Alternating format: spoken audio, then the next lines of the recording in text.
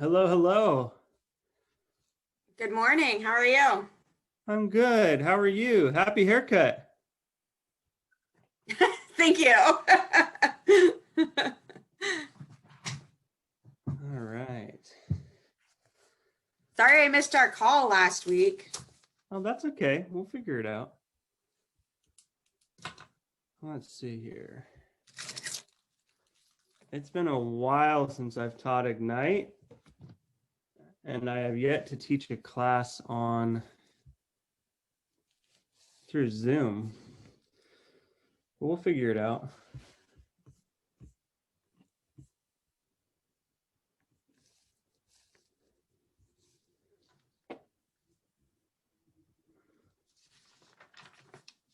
Let's see, 5 participants. How many have been in each participating? I think on average we're around 10-ish. Yeah. Yeah. Let's see here. Joshua, Morgan, Emily. I want to see some beautiful faces. I thrive off of interaction, guys. Yo, All right, good morning. good morning. How are you? Oh, good. How are you doing? Great. Good. There's Joshua. How's it going? Good. How are you? I'm living the dream. Yeah, you are. And Emily. Hey, how's it going? Good. How are you doing? Good. So is everybody new like less than 6 months? Everybody. Awesome. So we're going to start, and as more people chime in, we'll make fun of them, and then we'll continue on.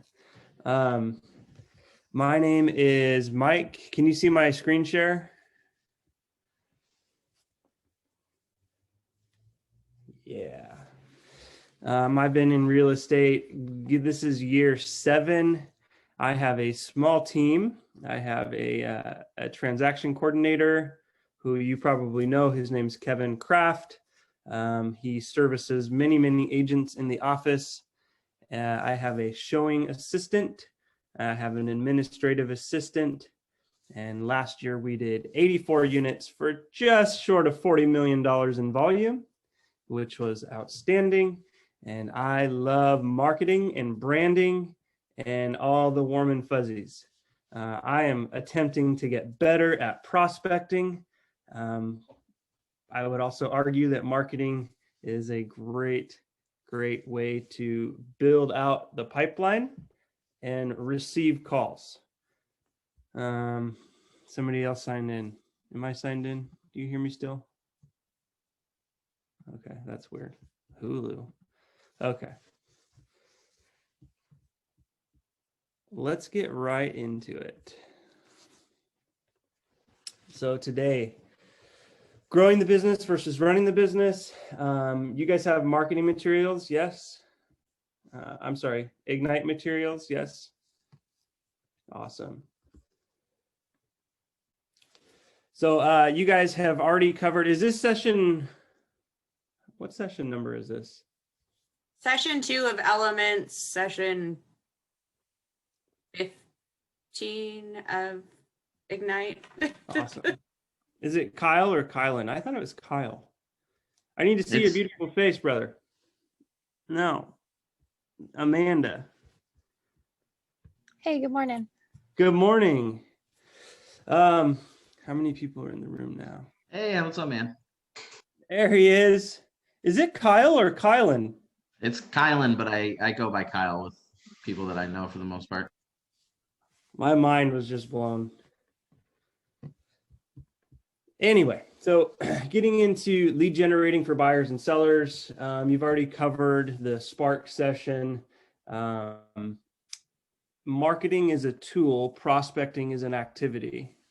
So we'll get into seller listing presentations, buyer presentations, buyer consults, listing consults. I'm an open book. I'll screen share anything and everything. I'll reference Canva quite a bit because we do essentially all of our marketing out of Canva. So if you are a part of Canva, then, or if you're not, then go ahead and pay the $120 if it's in your budget for the year and get really familiar with it. In your mind, Emily, what is marketing? Reaching out to people who you either know or don't know to get clients. Okay. I love the who you know or don't know. Somebody else, Heather? What's marketing? It's like advertising yourself. A lot of times it's reaching out to people that you like don't have a lot of contact with to try to get more people in contact with you. Yes. And Kylan. Marketing is getting your brand out there and showing people kind of what you're about, advertisements, etc. Yeah, it definitely is advertising. Does anybody have anything else they really wanted to add to what is marketing?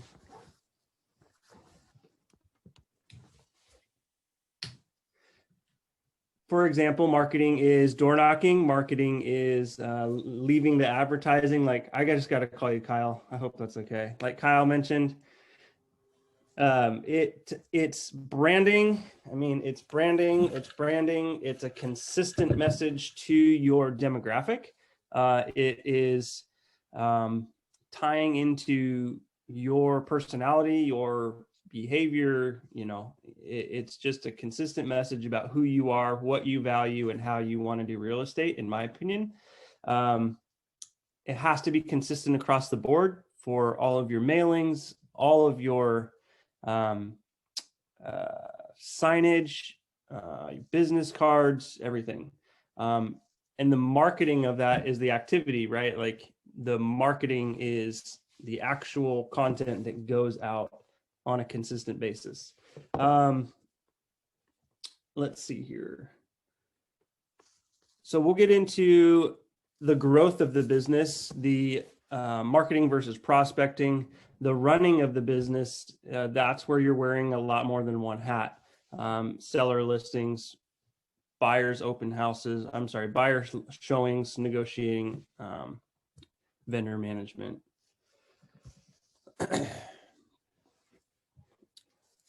So page 3, I think it's page 3 in your material.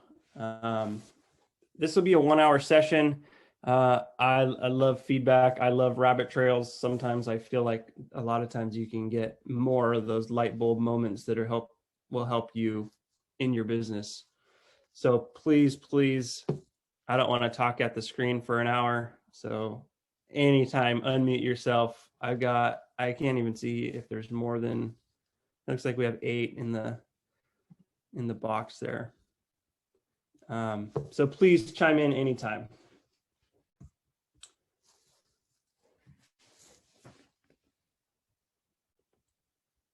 What do you see when you see this screen?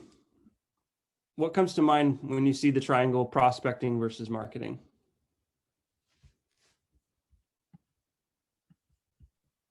Prospecting's a lot bigger, and then marketing's kind of building off of prospecting. Yep.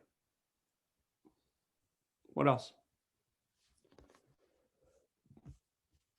Like long-term versus short-term results. Yeah, absolutely. Dive deeper a little bit into that. Who was that? Oh, that was me with the mask on. Oh, yeah. Amanda, expand on that a little bit in your mind. You're on the right track for sure. With marketing, sometimes you have more of like a campaign where you're like continuously advertising, where I think prospecting, I don't know. Yeah, no, you're right on the right track. It's hunting for right now business, right? Mm-hmm. So many people, when they get into real estate, they kind of think like, I'm just going to sit at my desk and wait for the phone to ring because everybody knows that I'm a realtor and I'm the best and there's no other realtors in Western Washington. But we have to go hunt for the business, and that's how you build a business. So in my mind, prospecting is going and hunting for buyer leads and seller leads. It is very, very time intensive. That's why we want to spend 2 to 3 hours a day. You're being proactive. You're brainstorming different ways to go find the right now business. It's not so much money intensive like marketing is. And it brings immediate results. And so that's why Ignite exists, because it's going to launch you into right now business, hopefully, if you're doing all the right things. Anybody else? Morgan, what do you think? Sorry. I feel like, I don't know, it got said already. Like marketing's just passive. And it's just you post things out there, and prospecting, it is very, very time intensive. That's just what I was thinking. Yep. Who in your mind are you marketing to? What are some things that come to your brain? The families. I live in the Lake Tapps, Bonnie Lake area, so I'm trying to target the families, the kids that need the like the being in the good school zone, the school areas, being close to the schools and parks and all the. They don't want to be. It sounds like you're saying like a farm, like you market to a geographic farm, right? Mm-hmm. So, because like where I live, I don't live in a school zone, and so they don't want to be in that kind of area. Yep. Because no buses really go over there, so they need to be further towards those. Absolutely. Is anybody else attempting to market to a geographic farm?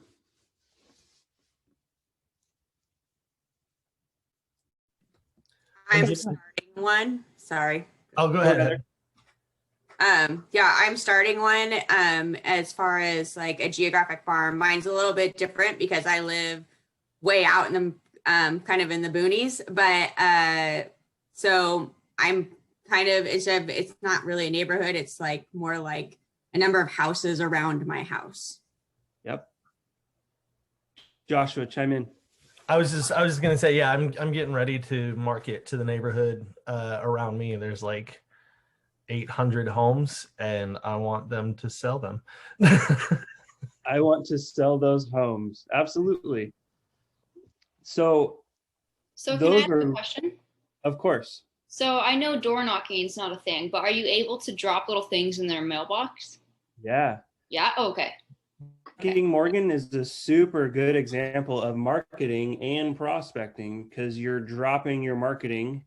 Hey, such and such home sold for $35,000 over the asking price. Oh, by the way, I'm Morgan. I'm in real estate. Here's a marketing material, and you're coming from contribution. I'll probably say that a number of times. You're bringing value to them by saying, we or my office or I sold this home for way over asking. Congratulations, your home is now worth a lot more money.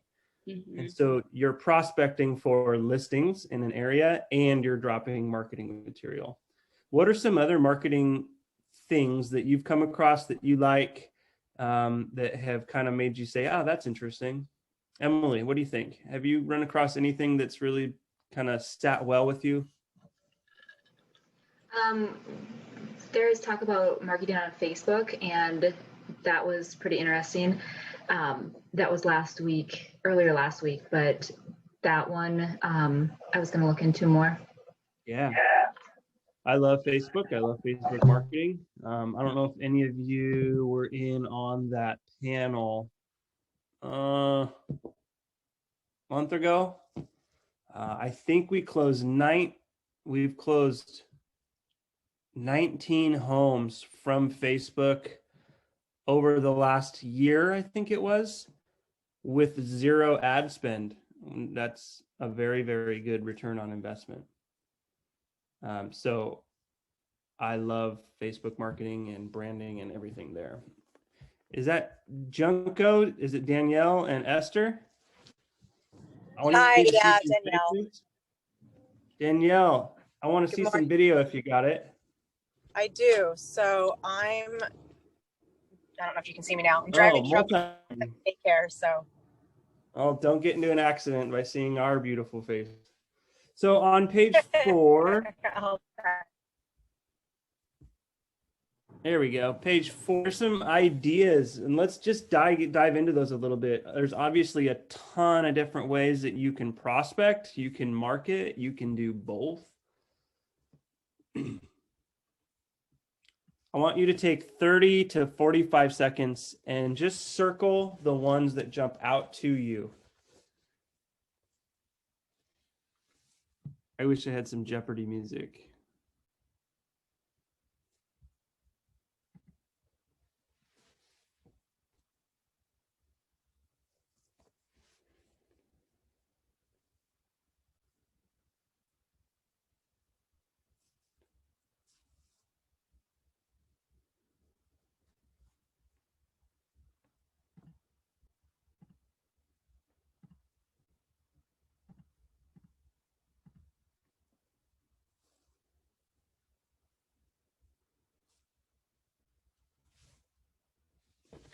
Esther, chime in. What do you think? What's when you're circling prospecting, marketing, or both? What jumps out to you?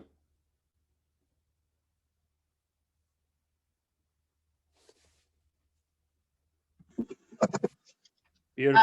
For prospecting, I do key relationships and community outreach. I love that. And marketing, online SEO, social media. Describe the way that you do community outreach, because that is just awesome. I joined the board of a nonprofit in Federal Way. Awesome. And what's your goal for the year? You mind me asking? My goal of transactions? Sure. 22. 22. And how is joining the board of a nonprofit going to help drive to 22 closed units? It's a long-term play.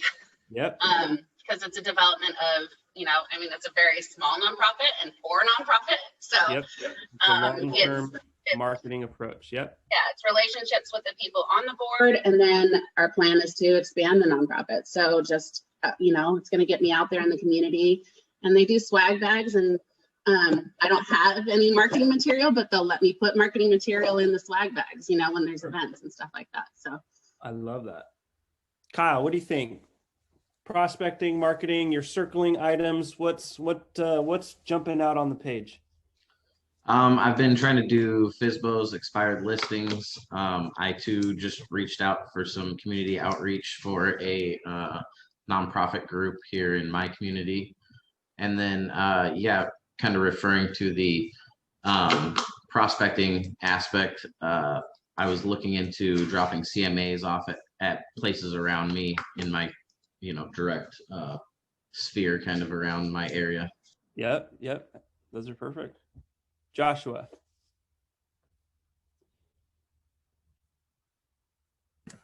It cut out. What was that? What, in circling some different items on this page here, what jumps out to you in the way that you want to build a business? So social media and the farming, the geographic and demographic, kind of a mix of the both. Yep. Where are you spending some of your time on social? Well, I've been really bad at it this last couple of weeks, but I've been trying to do a lot more engagement on Facebook. I feel like I did really good in December, and here we are like over halfway through January, and I'm not doing so good, but okay. Yeah. Got to create a strategy around it, but we'll get into that. Awesome. Heather, do you have anything to add as far as prospecting, marketing, or both? I've been focusing a lot on business to business relationships. So like yesterday, I even went out to my old store that I worked at and just kind of dropped off cards there and talked to people I used to work with. And I actually got a lead just from doing that. So, and then a lot of other stuff has been like calling different vendors in the area and just setting up key relationships with them so that they'll refer me out and I'll refer them out. Yep. Heather, what's one way that you are bringing value as a business to business? So like business to business, bringing value. I'm missing your point, Mike.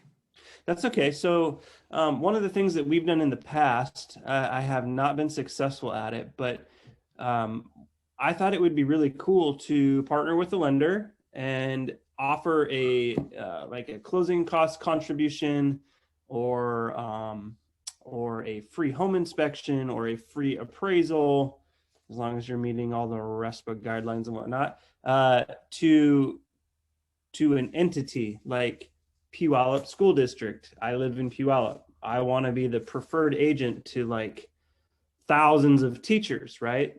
So that would be a way, in my opinion, to bring value. You're shouting your brand and you're delivering on a business to business. And so that kind of hits a couple different ways to grow it out. Does that make sense? Yes. Perfect. The number one way you're going to grow your business is to bring value. And if you're not bringing value, you won't be in real estate within the next 2 years. So we have to find a way to bring value. Anybody circle any other, maybe the yellow pages? Are those still a thing? Anybody do anything else to that they wanted to share with the group?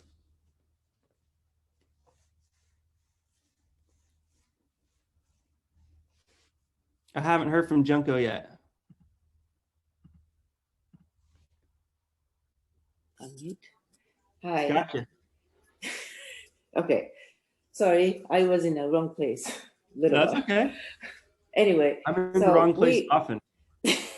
We are actually trying to market through Facebook, and we try to put some ad, well, not kind of post 2 or 3 times a week, possibly. And we get some feedback. I think my husband also in the team. So he's the one who is contacting with the client. Then also we planning to do farming our neighborhood, probably getting some flyers and putting some kind of CMA or some information, dropping off neighbors. That's what we are planning to. Yep. I love that. Kyle mentioned the same thing, dropping CMAs. We call that a rocket CMA. And a rocket CMA, in my opinion, is just maybe 2 or 3 sold comps. You're just dropping stats. You're not spending a whole ton of time on these porch drop rocket CMAs. Create a really nice, pretty cover in Canva. I can share mine with you. You know what? Let's go off script here. You guys got me still? Gotcha. Okay, what are we doing here? Let's go. Canva.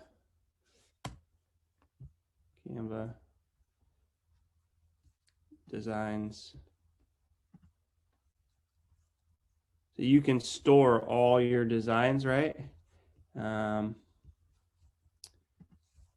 Let's see here. There we go. So this is my cover. It is very simple. It has my logo 4 different times on it. I do a CMA through Cloud CMA. Everybody on Cloud CMA, do you have an account? Yep. We can't see what you're looking at though. Do you still see my screen on the screen share? We just see you. I can see your I see your screen. You see my red cover there? Yeah. Okay.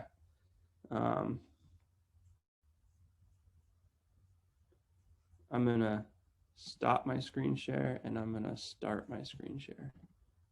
Everybody got it? Okay.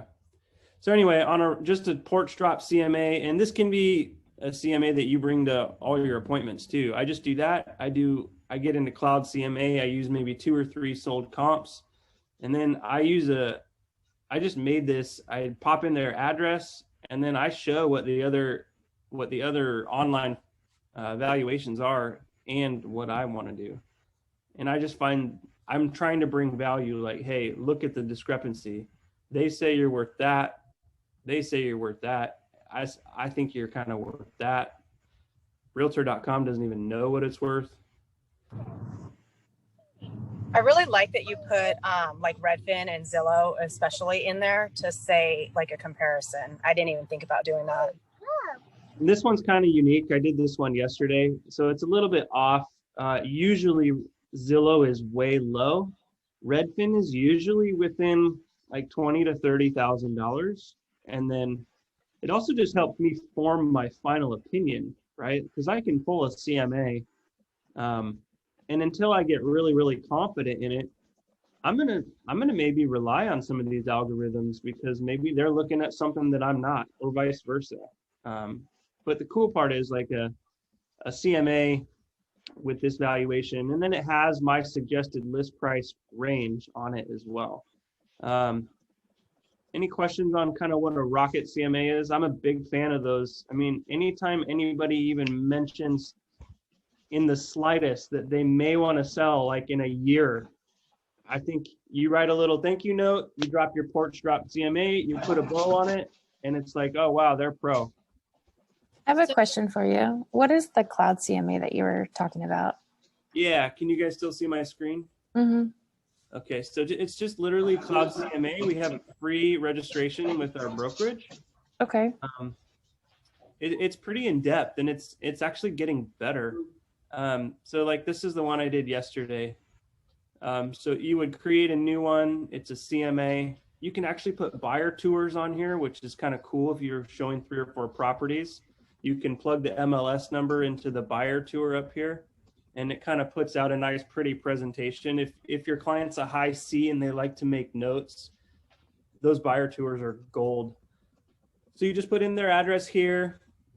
You copy and paste the MLS numbers from the CMA that you did. You can customize it to throw your marketing on it. And then at the end, it kind of spits out one of these. So I have my red cover, and then I use this one next. Just kind of goes into what a CMA is, a map of all the listings. You guys are probably familiar with this. Again, you put all your marketing, you can put your logo on it. It goes into the summary. It does all of this for you, which is really cool. The sold comps, I always use the photos because everybody likes to see the photos. So like, wow, my yard's way better than that, or my kitchen sucks compared to that. And then you can kind of divvy it up to make it look the way you really want it to. And then at the bottom, there's a sold average, which is really important, as you know. It gives you your average days on market. Like, holy crap, it takes a long time for houses to sell in here.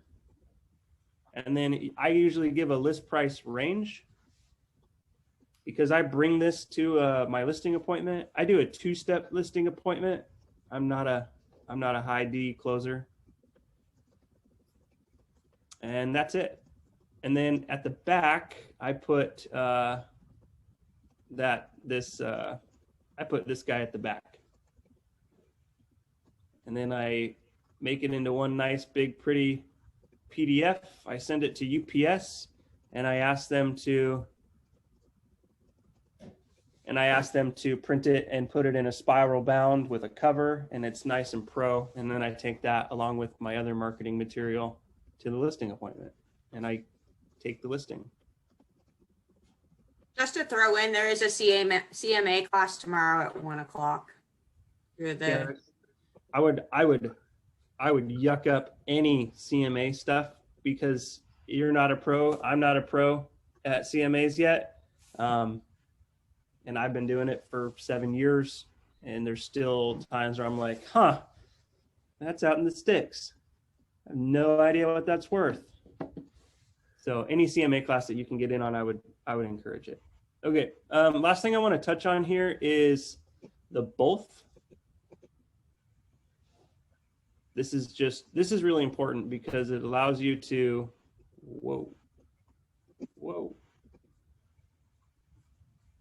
It allows you to do both marketing and prospecting. Open houses aren't a thing right now.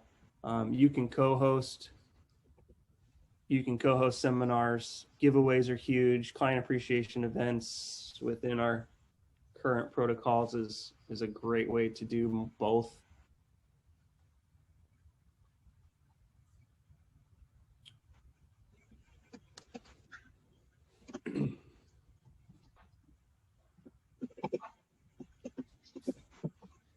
Joshua, talk to me about how do you know where the customer is, and how do you meet them there?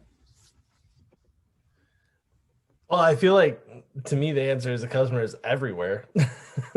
But as far as like, are you meaning like where they're at in their desire to buy a home, or like where they're physically at? I think it's a little bit of both. So let's talk about when, some lead measures on how you know where a potential listing is.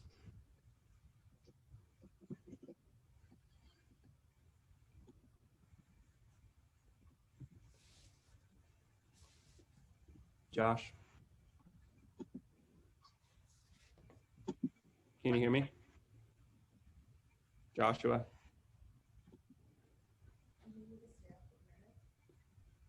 Heather, do you got me? Yeah, I think he might be frozen. Okay. Well, Heather, let's identify some lead measures on identifying where a customer is. What are some things that come to mind that might make you say, oh, wow, they might want to sell soon? If I see somebody doing like online, doing a lot of work on their house or something like that, that's definitely kind of a clue that maybe they are getting ready for something. I usually get involved with them. Even just driving down the street, seeing somebody who is either building or something along those lines, doing some kind of construction on their house. I might stop in and chat with the neighbor. Yep. So updates to the home improvements, putting a new roof on, stuff like that. I agree. If they're in your database, you can see if they've been on your app recently, been checking out things. That's a great way to measure, like, holy crap, Morgan's been on my app 44 times in the last 30 days. She might be thinking about moving. I love that. What else? Kyle? Actually, I was going to say kind of the same thing. I driving around and I see people, doing extensive work to their home or whatever, try to pop in and just say, man, your home's looking nice. Are you guys looking to try and sell soon? Or Yep. What's your motivation behind that? Absolutely. Esther? Emily? Same, just like, where you are at, like, where are you most comfortable? What are you doing? And that's where you're going to find your customers. So. Yep. I like the idea of driving around and looking at people updating their homes. The only thing that comes to mind is I'm doing a lot of work on the outside of my home at the moment, and so I haven't had anyone stop in yet. But that kind of comes to mind where I'm doing a bunch of work on it, but I'm not selling for another 2 years. So, but then again, I am a realtor. Yeah. So that brings like maybe a thought to my mind too, is vendor relationships. So when you're getting brand new cement board siding on your home and the siders over your house, like, hey, are you staying pretty busy? Yeah, I'm crazy busy. Well, here's a couple business cards. I would love to send more business your way. If you are updating your home and they're talking about selling, maybe drop my business card off with them. The other thing that comes to my mind is births and deaths, divorces. You're usually in front of them at their kitchen table before a divorce is final. So you're going to kind of be the lead measure there, because they're going to say, hey, Kyle, you want to come over? Talk to us about selling our house. And then you get there and they're like, we're getting a divorce. And you're like, oh, this is awkward. So death, birth, that baby announcement on social, the bump updates, as they start getting to that 20, 25, 30 week mark, maybe you put them in your cultivate bucket because maybe they're going to outgrow their house. I was going to, go ahead. Go I ahead, was just Josh. going to say, yeah, I'm paying attention to the people in my sphere of like those life change moments, like people talking about, you know, like births, or also people getting married, because a lot of my sphere is younger, so they're going through those life changes. And then I've been paying attention in my neighborhood. I see a lot of people in the middle of winter cleaning out their garages. That kind of piques some interest for me. Totally. Multi-generational living is becoming a thing. The boomers are living longer, and they're starting to think about what would it look like to maybe live on one property with mom and dad moving in. So that's a thing too. How can you contribute? How can you come from contribution to connect in a meaningful way? So let's use births or deaths in that example. It's like, oh, hey, I see that you guys are expecting a new baby, or you just had one, and I noticed that, you know, your home, or you may be living in an apartment, or your home's kind of smaller. You guys thinking about upgrading anytime soon, you know, to accommodate your new addition? What's the contribution there? You hit on it just a few minutes ago. What are you dropping on the porch? Yeah, I mean, I would come with materials exactly to show Yep. my value for sure. What if you're coming with a onesie with your brand all over it for the new baby with the onesie, right? Like, hey, I care about you. I see that you're having a baby. Here's a fun little $4 onesie that I got from Vistaprint or whatever. And oh, by the way, here's what your house is now worth. If this market's crazy, blah, blah, blah. Yeah, that's smart. Contribution. Thank you. What else? How can you come from contribution on a death, maybe? I feel like coming from care first before business. Coming from, oh, that is gold. Everybody write that down. Yeah, coming from care, sending flowers, send a little handwritten note. I'm so sorry for your loss. Make them They lived.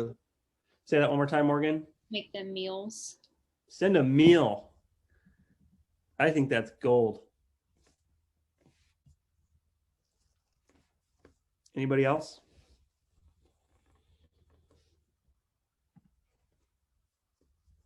Danielle, you still in the car? I am. He's picking up kids or something. I'm dropping them off right now. I literally just pulled up to drop them off. Love it. Hey, I love the commitment. Yeah, it's a late morning today. That's okay. I totally get it. How important do you think branding is? Stuff though. So obviously care before, you know, business if you know the person, but if you're I don't know, scrolling obituaries or something, I don't know where else you would get death notifications.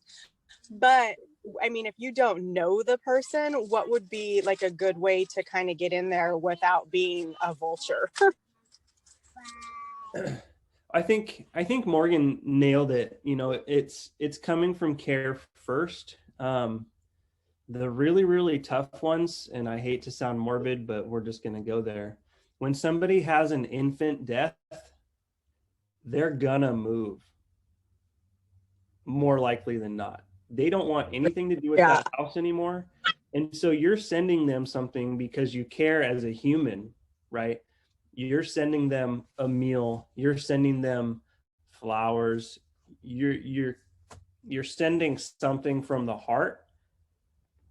And then you're putting a little tagline at the bottom that says, if you need anything, please let me know. I'm happy to help however I can. I had a death sale. The husband is a fiance and he's like 24, died last year. And I did exactly that, right? Like we sent stuff to them. We let them know that we're caring about them. We waited a few weeks after he was put to, after he was buried. And then it was, hey, Maddie, let me know if I can do anything for you. I would be honored to help you get through this next chapter. Does that help, Daniel? I'm going to say yes. How important do you think branding aesthetic is in your marketing? How do you achieve branding? Emily? Being consistent with your logos and putting it on everything, pens and bags, just everything. But being that consistency is key, I think. Yep, they need to associate your face with your logo, especially if your logo has nothing to do with you. We can dive into that if you want. I think there's pros and cons in the value of your business. Anyway, that's a rabbit trail. Can I ask a question about that? Of course. So I am like a couple weeks new starting out, and so I'm still trying to figure out everything. And so trying to come up with a business name. And where would you go to, for lack of better words, like register it or get it in there? Where would you go for that? Yeah, I mean, the first thing you're going to want to do is grab the domain name, and then you're going to want to put the name on social media. You're going to want to register it with the state of Washington, the Department of Licensing. You'll register it as probably an LLC. I'm not the guy to talk to as far as LLCs versus S corps and all the tax advantages and whatnot there. Mm-hmm. So the problem is they made my business cards right when I got there. And so Sure. The domain name, my website's already printed on there. And that one was just my name. Your specific website, is that what you're saying? Yeah. That's Like just you the already Keller bought. Williams one, though. I mean, you're gonna need more business cards, so Mhm. Yeah, That's don't just- get too, that's exactly right, Esther. Don't get too hung up, Morgan, on the business name, because there's a chance you're going to run out of those 50 or 100 business cards in the next 2 or 3 months anyway. Oh, they sent me 1,000. Don't worry. Oh, you're probably going to run out of those within the next year. And Wow. that part's okay. But yeah, you'll want to definitely put your social media handles or profiles on the next round and start that consistency. Okay. Fiverr. but Fiverr business would- cards aren't very expensive.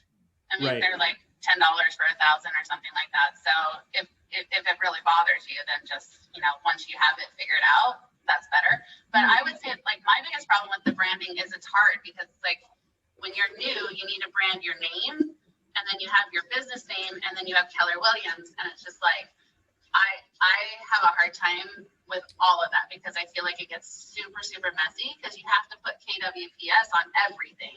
And so then I feel like I get logo heavy, and then I need to make sure my name is out there. So I have a hard time figuring out how to do it. Yeah, Do you recommend me make new business cards with a new domain name, or just wait until I use all those ones? Or I would wait. I would figure out your branding first and then decide. well, see, the problem is I don't want to wait because I have a couple names that I want to go with, and I've checked, and there's none in the state of Washington, which awesome. But I can't make a logo or anything without that set business name because I want them to be unified. Yep. And so then, and I want my business cards to have the logo on it. And so that's How where much kinda, How much did you pay for the 1,000 business cards? it was with the Keller Williams sign-on package. So in a sense, you've got a cost advantage. You paid for them, but you also didn't pay for them. So if you're really on wanting to get a brand and a name and all that stuff on your business cards, you can find really good cards for inexpensive prices. Even some local print shops will do comparable to online. But then you have 1,000 backup business cards, right? So if when we get to the point where you're leaving cards at showings, burn through those. Leave a few of those at the bottom of your purse or at the back of your wallet, that if you run out of your branded ones, because the Keller Williams website is always going to be there. So even if that's where they end up, you'll still capture their info. But then you can at least have those as like backups, or for times where you're just going to be dumping a ton of business cards just so your name or your phone number, or if you're networking with other agents in moments and things like that, your contacts all there, but then it's not a waste of those 1,000. Yeah, I just white out the URL or something. Sure.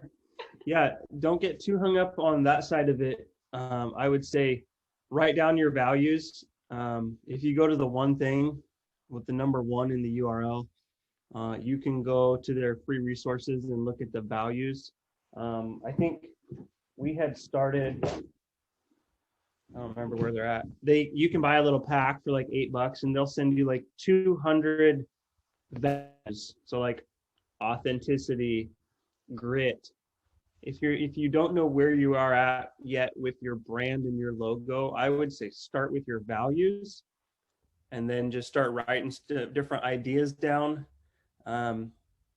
And that's kind of how we came up with Welcome Home, is because I like the warm and fuzzy feeling, right? So, to me, that's just a name that just kept coming back. And so we just ran with Welcome Home Northwest. And then once we had the name, then we started, buying the domain name, figuring out the branding. A buddy of mine created the logo. Go to Fiverr with 2Rs.com for a logo for relatively inexpensive. And then you can kind of play with some different ones and really get off and running from there. So let's see here. Take action, create and post marketing materials in Command or Canva. I'm not so excited about what Command offers as far as marketing, but they have a lot of really good presets in Command that will definitely help you.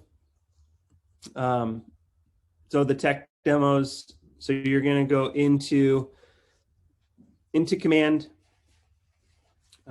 In fact, if maybe we'll spend a few minutes logging into Command. So you're going to log into Command. Everybody's going to log into Command here. We'll take like a 10-minute break. You can log into Command and start playing around. Go to the designs tab on the left-hand side there, and just mess around with the different filters to maybe yours is a just sold, or like a client review template, and just kind of start messing around in there. I'm not going to have you guys go to the print option for demonstration purposes, but let's take like a 10-minute break. We'll come back. Actually, let's come back at the top of the hour, 15 minutes, water up, restroom. And then while you're doing that, log into Command, go into the designs template, or Canva. If you want to spend a little bit of time in Canva and that's something you're not familiar with, then do that. And then we'll be back here at 10 o'clock. Any questions? And go.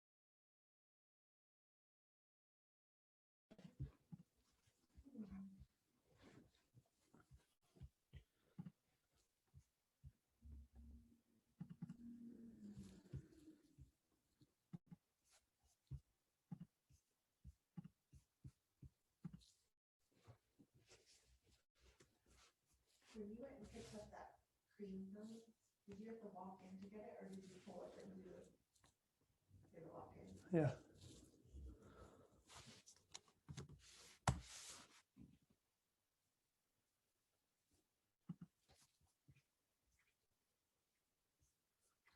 Did you come up with anything good, Heather? I had actually started a flyer last night through command. And so I was able, now I'm playing with posting it to Facebook too and seeing how it comes out. Awesome. What's the flyer? It's just kind of a, are you curious about selling flyer? And talks a little bit about how I do CMAs and stuff. It's just the start of something that I'm kind of playing with. Love it. Yeah. I'm gonna plug in my computer. I'm listening to you. What is the value that you're bringing in the flyer? Just trying to show that, that right now I'm just trying to show that I'm available and that, I guess what I should add to it probably is something along the lines of, that it's a seller's market right now and there's not a lot on the market. I love that. Maybe even looking up data as far as, because I don't know exactly how many homes are available in Pierce County right now, but I know it's not a lot. Yeah. Do you guys know how to do that? Do you guys know how to look up stats? I'd love to see how to do it. Yeah, I'm on the same. Yeah, I need to know too. This is how I do it. Also, at the beginning of, on like the 5th or 6th of every month, you can go to news and stats. Man, my computer is freaking hot. If I blow up, just say it was a good class. So you go to news and stats, you go to NWMLS statistics. You can go to any of these really. I like the, scroll down, Pierce. Heyo. I'm like, my primary area is area 79 to 89. That's kind of southeast Tacoma out to Graham. You've got year to date, December 2020, December 19. You got year over year. You've got, this is the really, really easy way to do it. So you just scroll down to the county you're interested in. I go to Matrix. Go to InfoSparks. Say, who's that? You go to InfoSparks. I do, yeah. InfoSparks. Is that Larissa? Hi, yeah. Hey, how are you? I'm good. I heard you're teaching. I couldn't miss it. Oh, geez, you're too kind. So InfoSparks, and then you can go by zip code, county, area. You go for the whole city. So if we want to look at Tacoma. So let's go to Tacoma. I only want residential. I don't care about the bedrooms. I don't care about the size. I don't care about the stories. If you were wanting to do a CMA on InfoSparks, you could absolutely look in your square footage. You guys see my screen, right?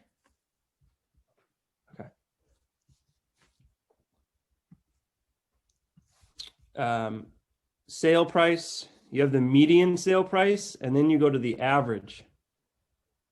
I always roll with the average.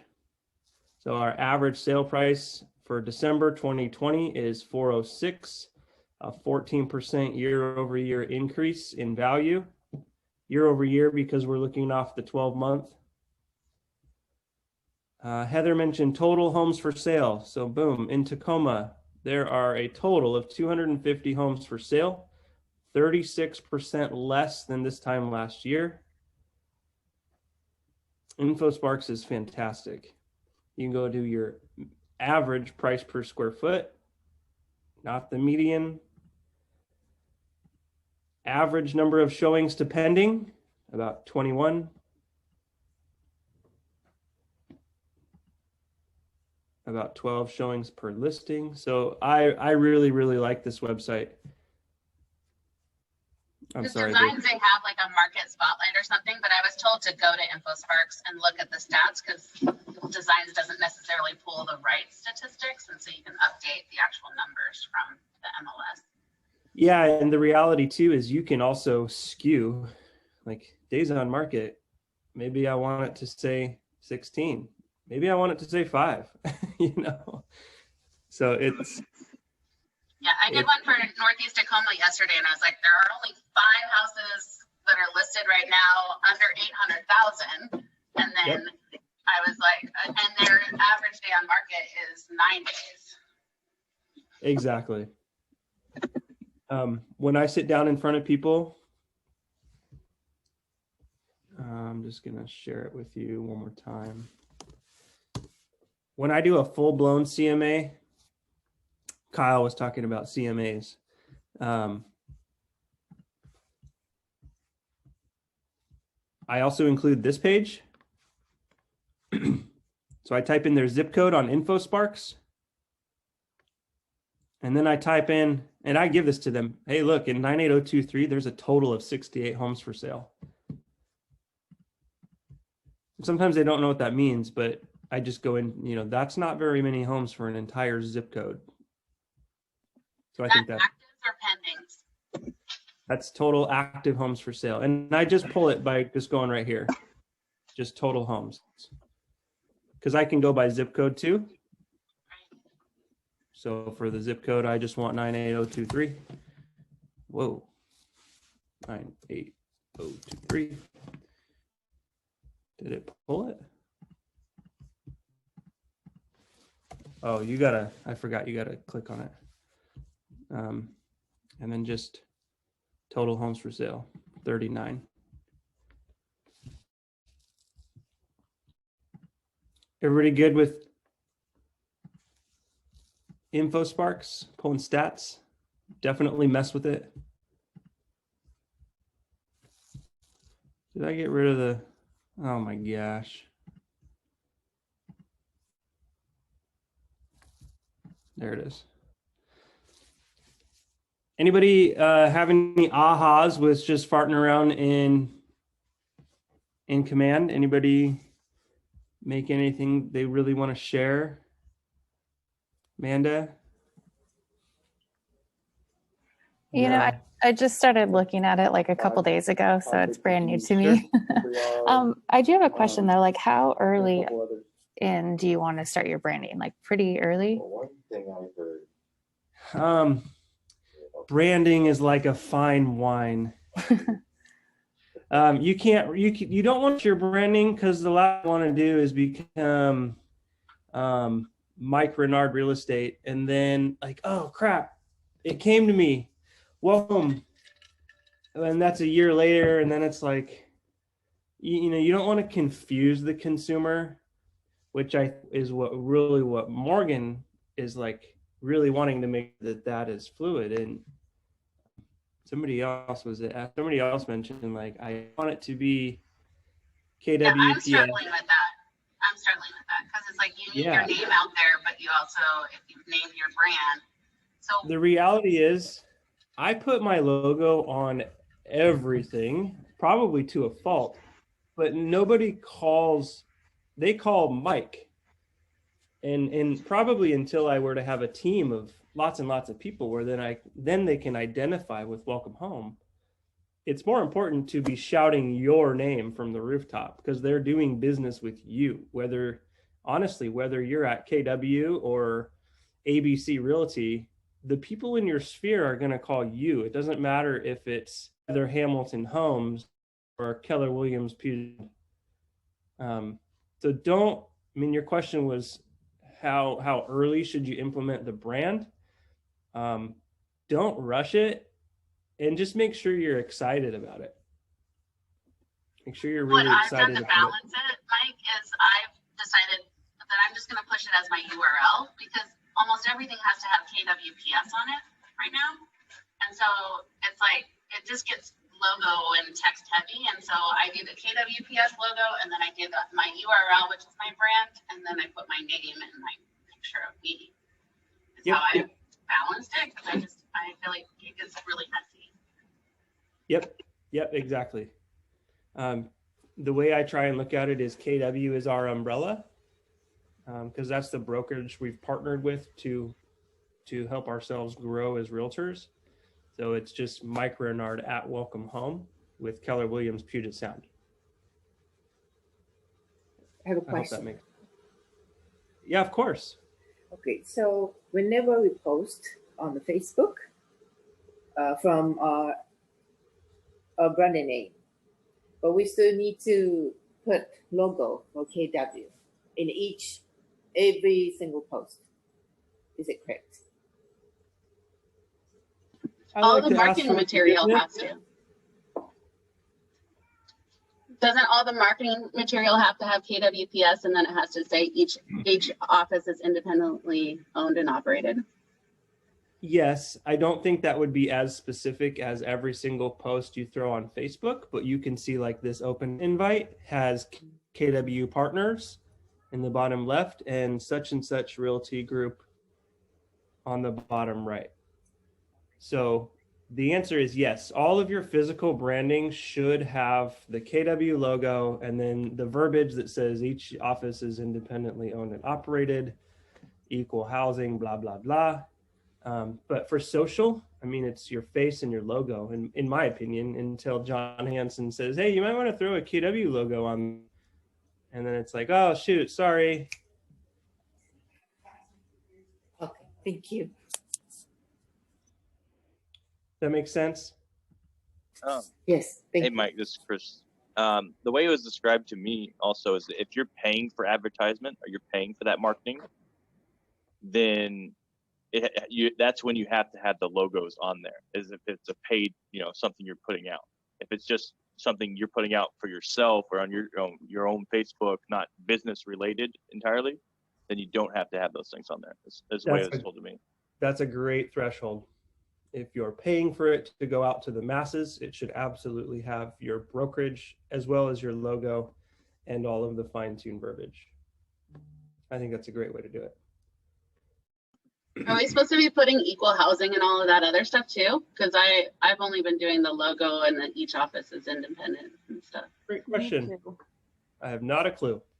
Sorry. Me neither. Ask for forgiveness, not for permission. Here's another one. KW Puyallup. That's kind of cool. Things are heating up in Gem House. This is a great one. It's very busy, but it's great. Total homes for sale. This is a great one for you to maybe link on, Heather. I'm sorry.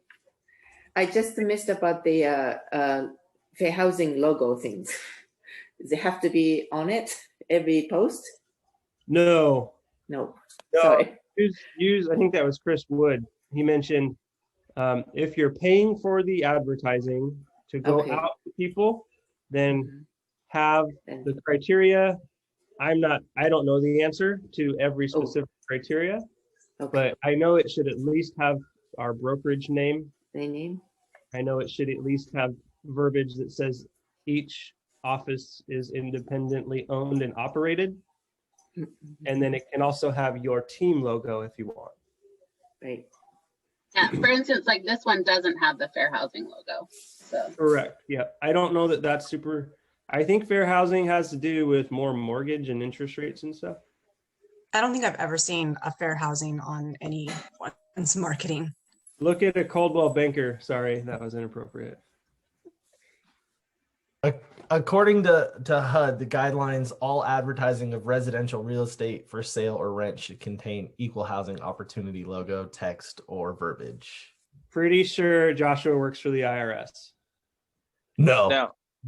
But I'm pretty sure that only applies if you're actually marketing or advertising an individual home or an actual property itself. So when you're marketing the fact that you sell homes or anything like that, you do not have to have it in there.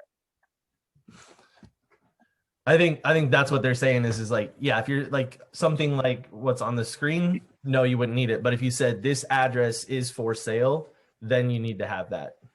Oh, I do. I do like open house ad, whether I pay or not for it, but I do open house ads all the time. I've never put that logo on it. Sure. Yeah, but at that point, you're advertising the open house, not the selling of a house. You're advertising an event. Sure, I'm sure a good lawyer would agree with that statement. What do you think the purpose is of this piece, Amanda? Pardon me? Sorry, I was kind of, my brain was over here. That's okay. You're by a window. What's the purpose of this marketing piece? Showing that real estate's getting hot in that area. Looks like, because it looks like,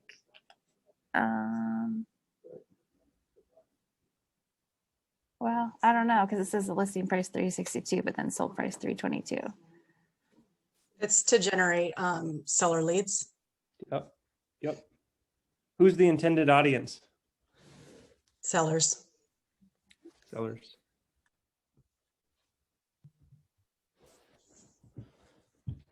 I'm back and home and safe, by the way. I see that.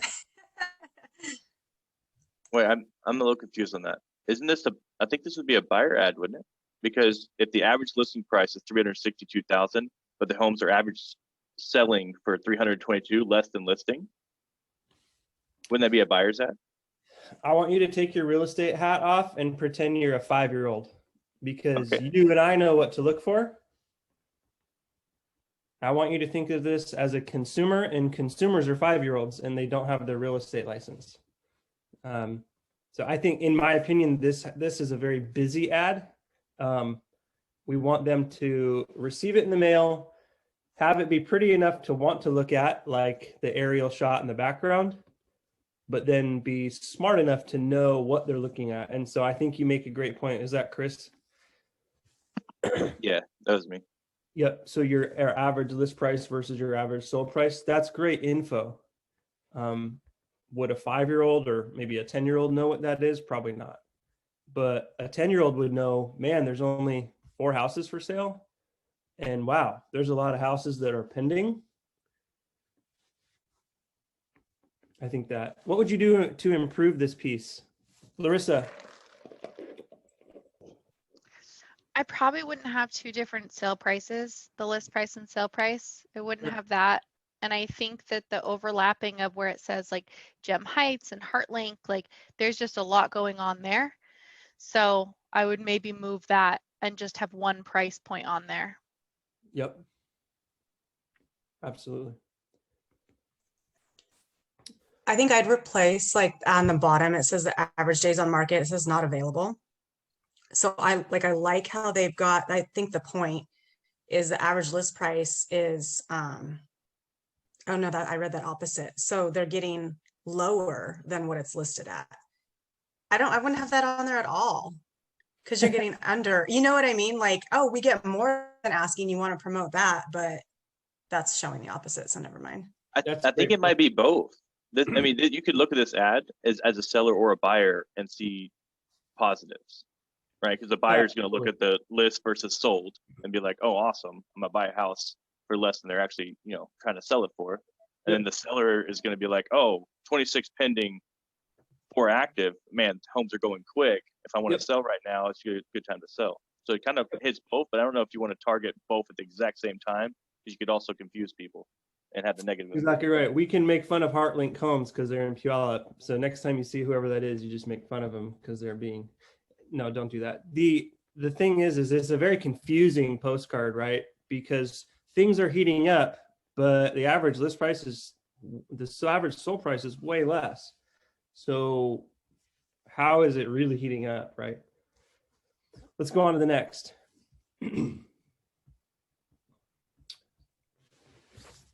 What's the purpose of this one?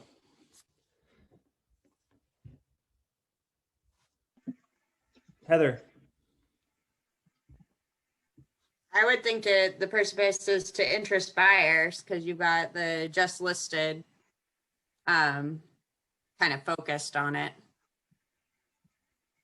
I think that one's for sellers too. Okay. Is it just to show what's in your area? It also is to show that you probably listed that house and it's already pending. So then, you're highlighting that something's pended, but you also have other houses listed. Sure. Who's the intended audience? Joshua. I think the intended audience is sellers. I think they're trying to show like, hey, look, I've done these properties. This one's already pending. Let me put yours on the next one. Esther, this is also a really great piece to kind of highlight what you're talking about, not to just drive that completely home, but it's still clean, right? Like it's got the KW signature, but it's also got the nice clean logo. But it doesn't have your name on it then. Correct. Or Hopefully your that's on the contact other side. info. Yeah, hopefully that's on the other side. And that goes in the next question is what might you do to improve this piece? You might add your contact info. Yeah. Or So it would whatever. have to be double-sided is what you're thinking? I'm hoping that on the other side of this, which we don't see, has the contact. I might just be picky, but with a tagline that says it's all in the details, I might have There's photos details. that have I mean, I know you don't want to just bombard it with 1,000 details on a postcard, but maybe have photos that show some more detail. Yeah, I think it's really kind of confusing too, right? So like if it's targeted to sellers and it's going to a specific neighborhood and I own a house in this neighborhood, maybe I would know where these addresses are, but how do you know that? First off, like Wichita, maybe those are in the same place, but they look like three completely different parts of the world, you know? So are they in the same neighborhood? Like, are these in different states? Are they? You're going where to are send they? it to a farm, right? So you're going to send it to an area, I would guess. Well, Yeah, that's what I'm maybe- saying, right? So unless these houses are in the neighborhood that I currently live on and I know where those streets are, I don't know what neighborhood this is. That's right. I mean, we kind of have to look at it from a perspective that maybe we do live in the Kansas area. I do think you make a good point, Danielle. Maybe that 300 Devonshire should actually be a property in a Wichita address, but maybe it's 5 minutes outside town. It's hard to say. I think Yeah. the consistent approach would be all three in the Wichita. And maybe it is, maybe it's not. I didn't realize Bentley was a city. Yeah, maybe. I see that hard now, to yeah. say 'cause, yeah, we're not super familiar. But I think a more consistent approach would be maybe 3 houses instead of a lot, and kind of create some continuity. Anybody else? Anybody, what would you do to improve it? Anything? This one's Did pretty. you put your name on the front? I mean, if it were me, I would probably go with more of this approach and then have my contact info on the backside. Mm-hmm. I think it was Joshua that mentioned what was I going to say? Have an area, like we want them to create curiosity so that they go to my site or they call to inquire on it. I feel like the headline's confusing to me. That was the first thing I saw. It's all in the details. I didn't really know what that meant. Yeah, so does it, in your mind, does it spark curiosity or does it kind of just turn you It off? confuses me. I have to think through it enough to go, maybe they're saying we're so good at the details that we can sell a lot of houses. Maybe. But it took me a while to get there. So yeah, so and that's a really important point, right? Like it has to be simple enough to spark curiosity, and that's why a headline is actually really important. I mean, we make so much up of photos being important, but in your print material, that headline is the very first thing everybody read probably, or you were just looking at the photos. But if the headline is confusing you, you're ripping it up and you're throwing it in the trash. I also think it's just way too plain. I mean, the white, there is a lot of white. Yeah, it's just. I mean, I know you're not supposed to overwhelm, but at the same time, it literally looks like they just threw logos on something in 3 pictures and sent it out, and there was no effort into making it. Yep, there's a very fine line between too busy and too simple. I think like it says it's all in the details, but there's no details on the pending property either. You know, it just lists the bedrooms and bathrooms of the first property, and then it's just like this property's pending. But what does that have to do with the property that's just listed? You know. Yep, yep. It's lacking continuity and like that too, Kyle. That's a good one. Cool. Create a material using designs in Command.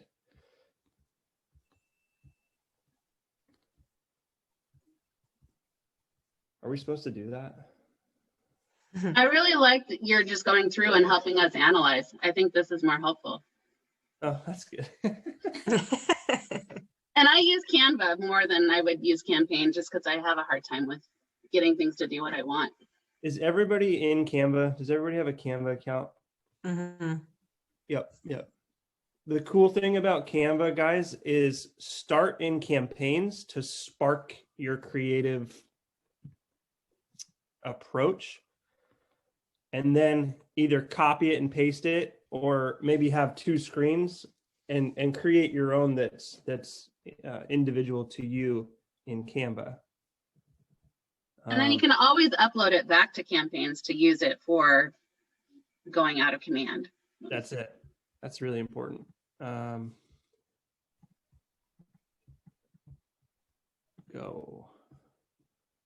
So are you wanting us to do that activity and create something?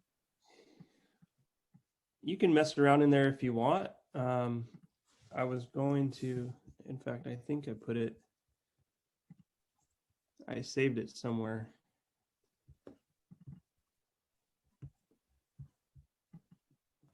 Maybe not.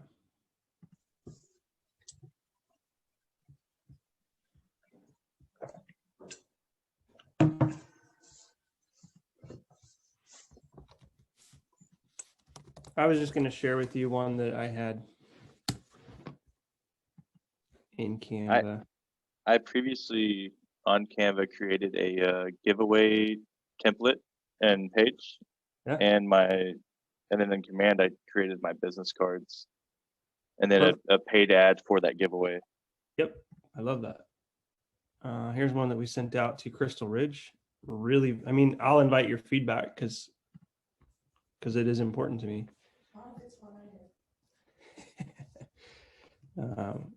Let's see here. So I started with one in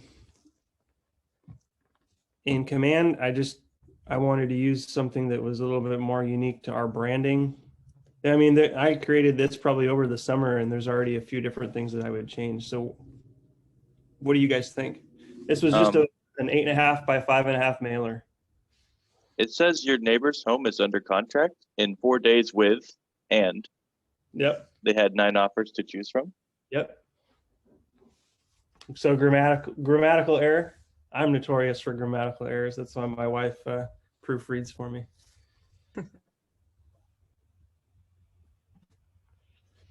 I really like that you have a text code. I'm curious how you created that. Not a clue. I'll ask Mindy. Okay. I think it was, so I think we went into Command listings. No. Designs? Yeah. So I think you can create a Crystal Ridge text code.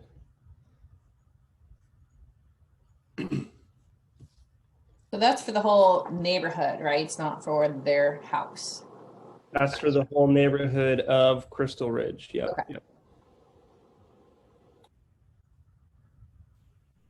I'll get lost in this, and then I'll want to start doing stuff. So I will digress. This was one that I did in Command just to say that I committed to doing it. Maybe.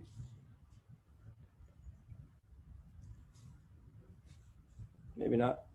Do you Yeah, it use looks the a Command little website? white. Say again? Do you use your website through Command? No. Don't tell Emily. Do you use the app? No, I hate the app. It is the worst. I have Because yet to find someone that really likes the app. It's a cool, it looks like it was created when Windows 97, but the functionality is really cool. And when it starts actually talking to our MLS, it'll be way better. Right. But Are you talking about the KW app? yeah. I have, so with the KW app, like I thought, and maybe I don't have it set up right, that if somebody starts like hearting houses or saving them or whatever, isn't it supposed to like notify you? Should. Because unless I go into command and I start looking through each individual person, I can't see any activity. It's like one of my friends was like, hey, I've like starred all these houses and you haven't gotten back to me. And I was like, well, I didn't know you did. I mean, so one semi not amazing experience in there is just going to turn them off. And so yeah, I had several of those as well. And so it's like, all right, well, let's just text. Yeah. I've been using HomeSpotter. HomeSpotter is a really good one. I mean, it's I really like it. It's a super plain Jane app, but it's accurate. That's but it has that, Danielle. Yeah, it has that, Danielle, where like I can, so in fact, that's one of my goals I'm working on within this next week is when I'm reaching out to my friends, my sphere, asking them to download the app just because it's fun to look around. And then if they ever have friends that think they might, how many people have Zillow and Redfin on their phone just because they like looking at houses every now and then, right? Yeah. Why not have this? And then you can like things or whatever, and we can communicate through this app really easy. So you can do that with the HomeSpotter one? Yeah, I love HomeSpotter. When I was really user friendly. When I was brand new, so as we all were, so many things were bombarding me. I thought they were all, this is what I'm supposed to do. This came from KW, didn't it? Like I didn't know that it wasn't, at first. But yeah, it's been my favorite so far. I thought that was like the MLS's version of like it kind of is, isn't it? It kind of is. I mean, it is a private entity, but there is an open line of communication. It takes a while. I mean, Redfin picks up listings faster than HomeSpotter, which is odd to me, but it does pick them up usually within an hour or two, where Redfin seems to be like within the first 20 or 30 minutes, if not sooner.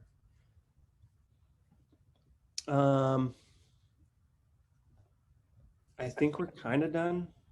No, I just got here. I mean, do you guys have marketing and branding? I mean, we can just kind of do a Q&A. I'm by no means an expert, but I really love it. And so I'm open to having a conversation, just kind of initial thoughts around prospecting, marketing. Don't you have an awesome listing packet that you like print in Oregon or something like what isn't it like a magazine or something? Yeah. Sorry for the crotch shot. It's outdated now. But the same, I have a buddy, his name's Justin. Can you see my face? Yeah. Yes. Can you see my screen? Yes. Yeah. Fancy.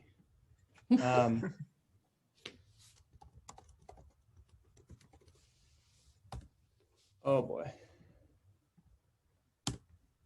Who do you use for your website? Same guy. I can share his contact, but you'll see the website and the branding is all fluid. Yeah. So again, this is several years old at this point, but I had to order them by like the 1,000 because it was a massive printer, and it is a very nice quality, and it's different. Like if there's 4 listing agents that are meeting at the coffee table, I guarantee you this is the only magazine that's being dropped off. So it's just a little table of content, a thank you, a little bit about the fam, because that's my demographic. I want people to know that family is important to me. That's a value. It just has a brief touch on 555, how I come up with a great CMA. I want 5 active listings, 5 pending listings, and 5 sold listings. It's hard to find active listings at this point, but in 2017, it was a lot easier. just the signed from a signed contract to sold, the listing agreement, the photos, the guerrilla marketing, reviewing offers, mutual acceptance, and then it gets into the marketing approach, how it's distributed. We have a customer, like a referral program. It talks a little bit about the hunt. So buyer consult, the hunt, making an offer, getting an offer accepted. So it talks about a little bit about that if they are a sell and a buy. A big full page spread of a family that was in a really tough spot at the time, like a full pager. And then some stats. That's awesome. Top 1% in Washington State, average days on market. Talks about our business being by referral. Talks about a flexible commission, which people love to hear. So that's that. And it's the same message as the website. It's the same branding. So do you not take that to a listing appointment anymore? Not that we have them in person necessarily. I do take this to listing appointments. If I know the person like really well, I usually don't. But if it's somewhere where I know that they're gonna I'm gonna be competing against a couple others, then I will. Is that something you can share with us, just even via PDF, or is that? Yeah, I'll see if I can find it. And then also to listing appointments, I have a, can you see my screen? Yeah. I have a 3.5, 3 and 2.5 commission package. I can share this with you guys. Our office is really, really pushing towards getting that 3%. And I usually do 2.5, guys, if I'm going to be totally transparent with you guys. But I do offer more, and I want to skew it so that the platinum package looks the best. So I bring that to listing appointments. I like that because then it kind of like puts it on them at what do you want to pay me? You know, like, what do you want versus you having to argue for why you charge 3%. It's a really fine line because you should have the same exact approach with every single listing. I just have to get them to understand that by choosing the platinum package, we're doing more for them. We can offer staging. We can do a pre-listing inspection. We can do a pre-listing. Do you pay for the pre-listing inspection then if they're paying you 3.5%? If they do 3.5, I'll pay for the deep clean. I'll pay for a U-Haul reservation. I'll pay for $200 towards moving boxes. Like I want that to be like, holy crap. Yeah. They're providing a lot for me. I will pay the extra 0.5%. And the extra 0.5%, could be $5,000 where this is really only taking me like an extra maybe $1,000. Yeah. So I do bring that. Again, it just depends on who I'm meeting with. I bring a listing promise. And as your listing agent, I promise to do these things. Again, it's the same approach. I leave this with them so they can know what to expect. So this is like a separate, am I on? Hold on. This is a separate piece than what's in your printed. Yep. I bring it.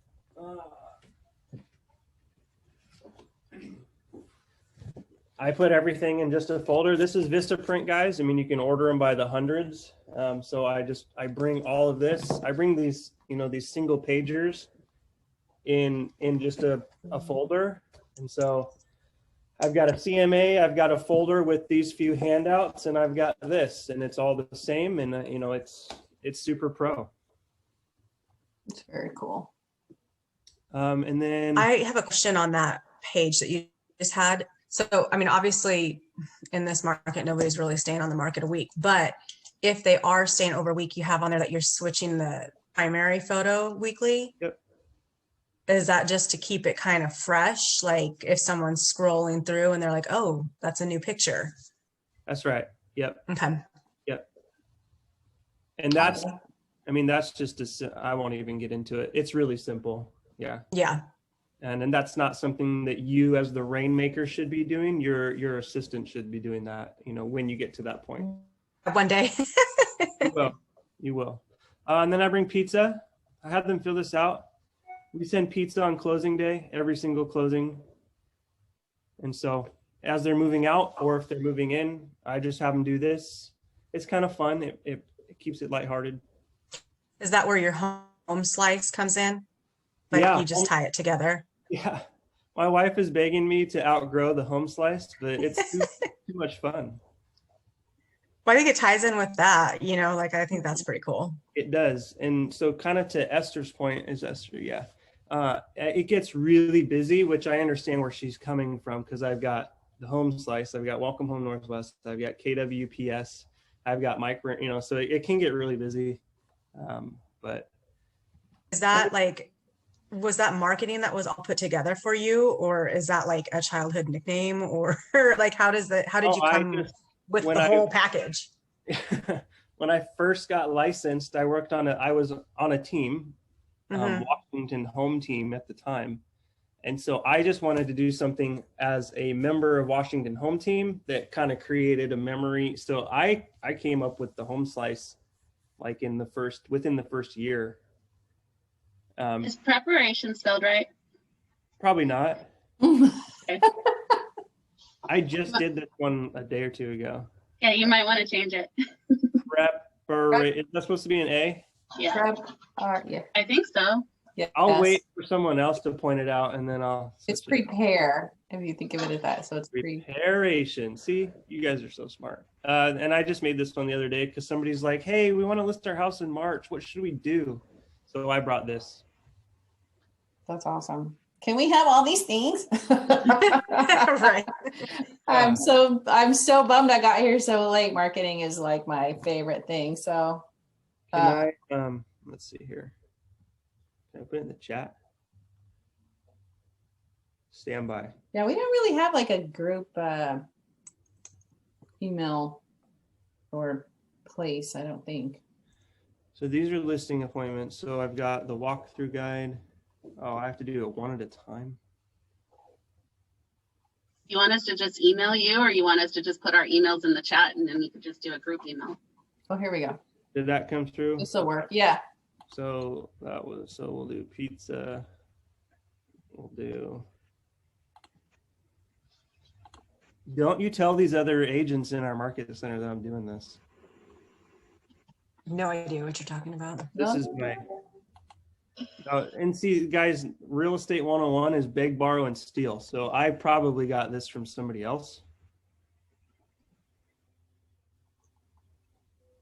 And then the listing promise. I think that's it.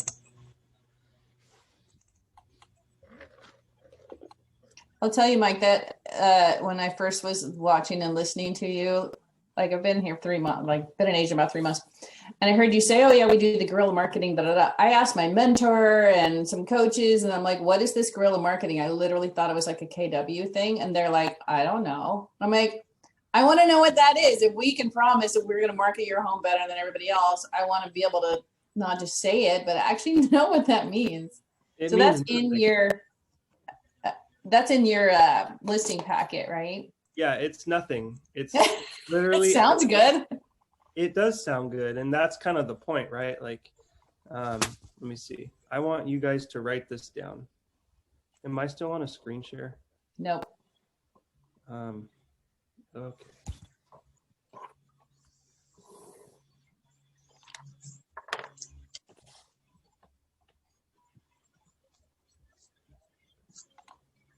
Jeez. This is the threshold to all of my marketing. You guys see that okay? Yes. So guerrilla marketing, I think that was Susan. Yeah. What's everybody else doing? Well, they're doing the same things. So what's the consumer's paint point? Jeez, criminy. What's the consumer's pain point? Let's put a little paintbrush with that, you know? What are they trying to cover up? How about that? The consumer's pain point is that every real estate agent does the same thing. So my solution is to bottle it up and call it guerrilla marketing, and then spend some time creating like the platinum package, right? And so I just bottle it up and market it that way. And so I think that should be your threshold. So I want you to do what's everyone else doing? And then I want you to draw an arrow over to what's the consumer's pain point. And then you're going to draw a little arrow down to the bottom left that says, what's your solution? And then you're going to draw a little arrow to the bottom right that says, how do I bottle it up and market it?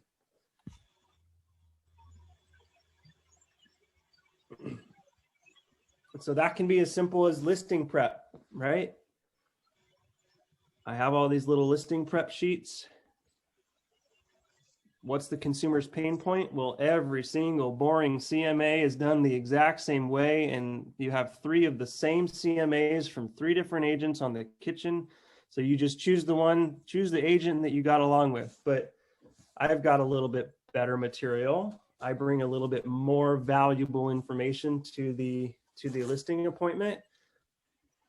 My CMA looks a little bit different, although it's the same information.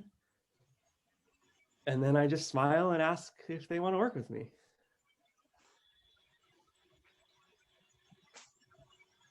Questions? How did you do Facebook 19 transactions without spending ads? We have, I'm going to show you another one. Let's see here. Part of my goals for the year, we did this last year. Yeah, Canva. Do you know Lady Gaga? Yeah. Everybody knows Lady Gaga. Sorry. You know what I'm referring to when I say Lady Gaga's Little Monsters? Nope. Like her fan club. Lady Gaga's fan club is insane. And so they will go the extra mile to shout her praise, right? That she's the best ever, blah, blah, blah. So I asked, when my name gets dropped in these neighbor groups, here's my business plan. So we have a leg of business called Little Monsters. There's a group of about 9 people on Facebook that drop my name any and every time somebody inquires about a real estate agent. And so every time oh, do I not have it here? Every time they inquire about having a real estate agent, I think I've shared it with Larissa before. Remember that little coffee card? Like a virtual coffee card? I don't have it. Yes, I do. Every time they send this to me, I mark this up with a little red X, and I send them like a virtual coffee card. So I've created this little monster group. And when somebody asks for a real estate agent in these neighborly groups, just in random Facebook, and they see, you got to work with Mike, you got to work with Mike Renard, and my name is on there 9 times of the 350 comments that people get in a matter of minutes, I always reach out as soon as possible. And I just say, hey, my name was dropped a couple times. You're about to get bombarded with messages. I would love to have an opportunity to meet. Hope you're having a great day. And honestly, Esther, that's kind of it. We've got this little group of people who have just shouted my name because I've either done a really good job helping them buy or sell, or they get free coffee. That's awesome. I like that idea a lot.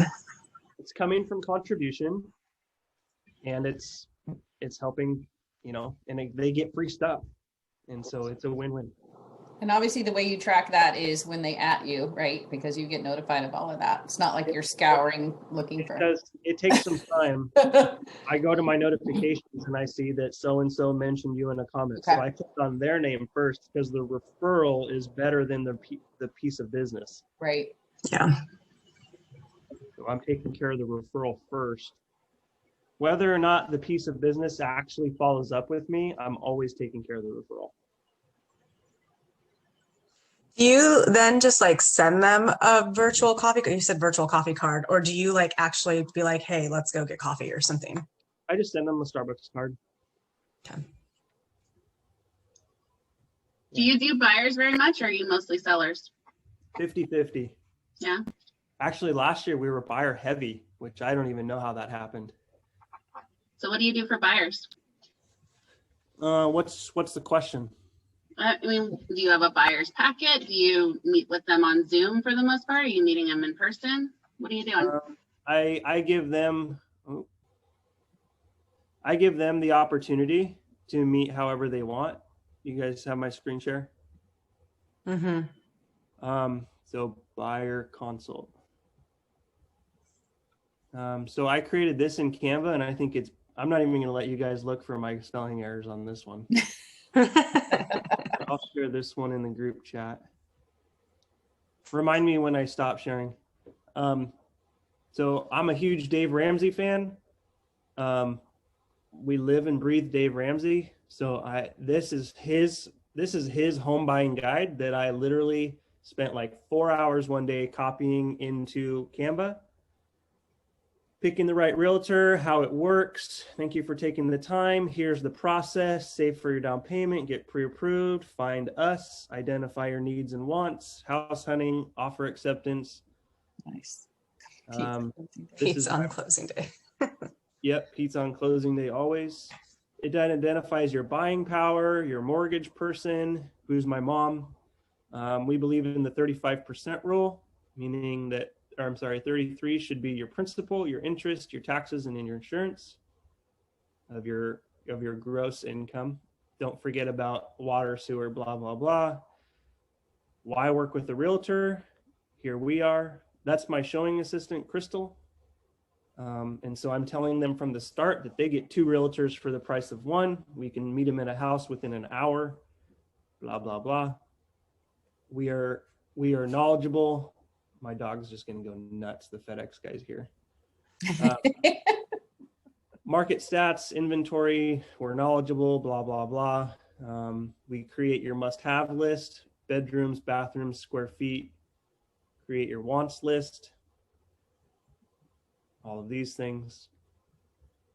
We remind them to focus on location, focus on schools, focus on commute times, and lastly, take your time. We don't care if it takes a week or a year.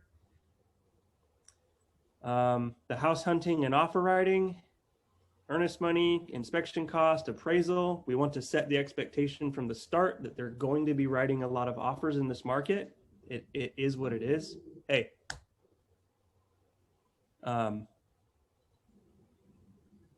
Keep in mind, home inspections, appraisals. I mean, so it goes into it pretty in depth. Hey, owning a home. And then the top 13 things you should do after you buy a home. That's the last page. My dog's looking for your dog.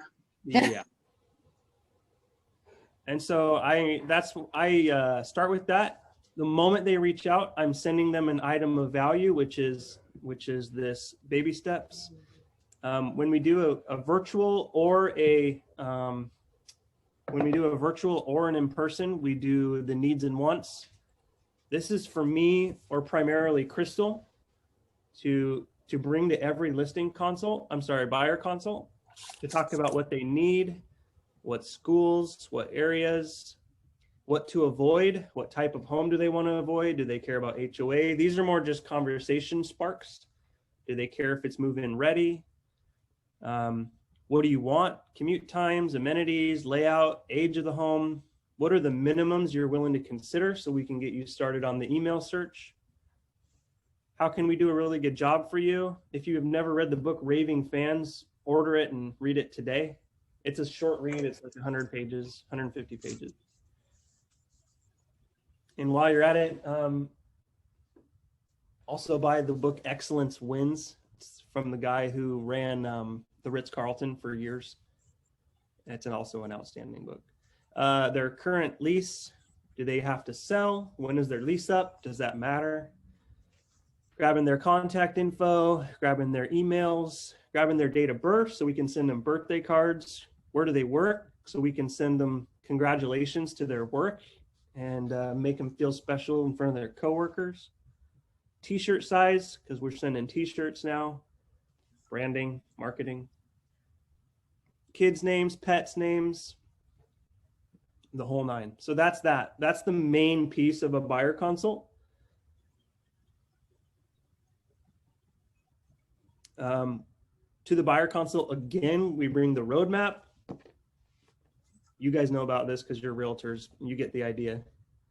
Needs and wants, email search, seeing houses, offer writing. We talk a little bit more in depth about what that is. Because when you start saying, yeah, your earnest money should be $3,000, and they're like, I don't have that money. Well, then we're a little bit further out and we can't go see houses right away because you got to save some money for earnest. For offer acceptance, inspections, appraisals, back to underwriting, final walkthrough, don't go make stupid mistakes, final loan approval, sign your life away, and then keys and pizza. We bring that, we talk about that. And then I have an area map for Pierce County so they can circle the areas if they're visual. I have an area map for King County. Primarily areas of King County that I've worked. I have an area for Seattle in the very few times that people even want to live in Seattle. I know nothing about Seattle, so thank God Crystal grew up in Seattle. And then I have kind of a fun map for different areas of, I had this made too. You've probably seen this t-shirt in like Tacoma. Probably seen this Tacoma t-shirt around. It's a decal that's, Tacoma's very like neighborhoody, right? North End, West End, Central, UP. And then I did another one for Puyallup because I think it's cool. So I'll bring that sometimes too. Questions?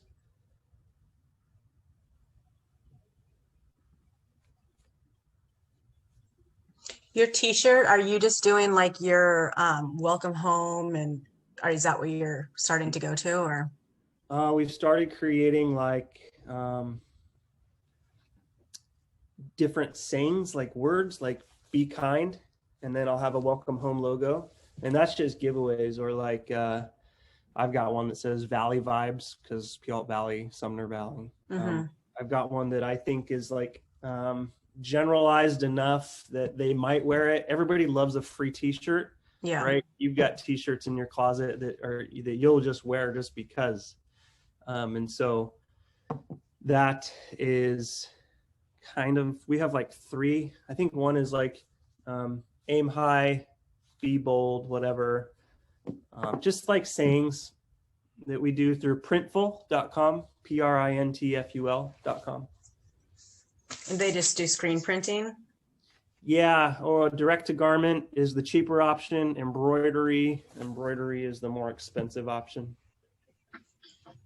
If we're just starting out and have low budget, what would you say would be the best like giveaway that's not a pen because everybody does pens or something like that? I'd probably say t-shirt. I'm a big fan of books for giveaways because what's better than knowledge? Like what kind of book?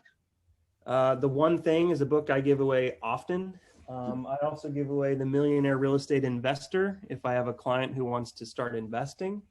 So books, t-shirts, food. Our referral program is entirely subscription boxes, which can get really overwhelming if you have lots of different people on subscription boxes, because you have to remember to turn them off. Otherwise they get subscriptions keep going. So we've got like a snack crate anytime anybody sends us a referral, we start them on 3 months of Snack Crate, which is I think $8 a month.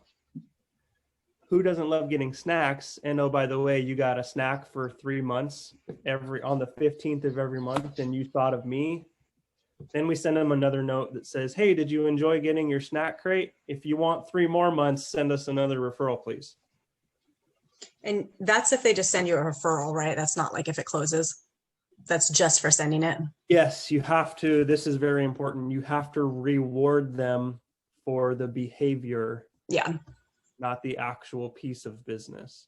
Right, because it's your job to close it. You just want them sending it to you. The moment an appointment is set,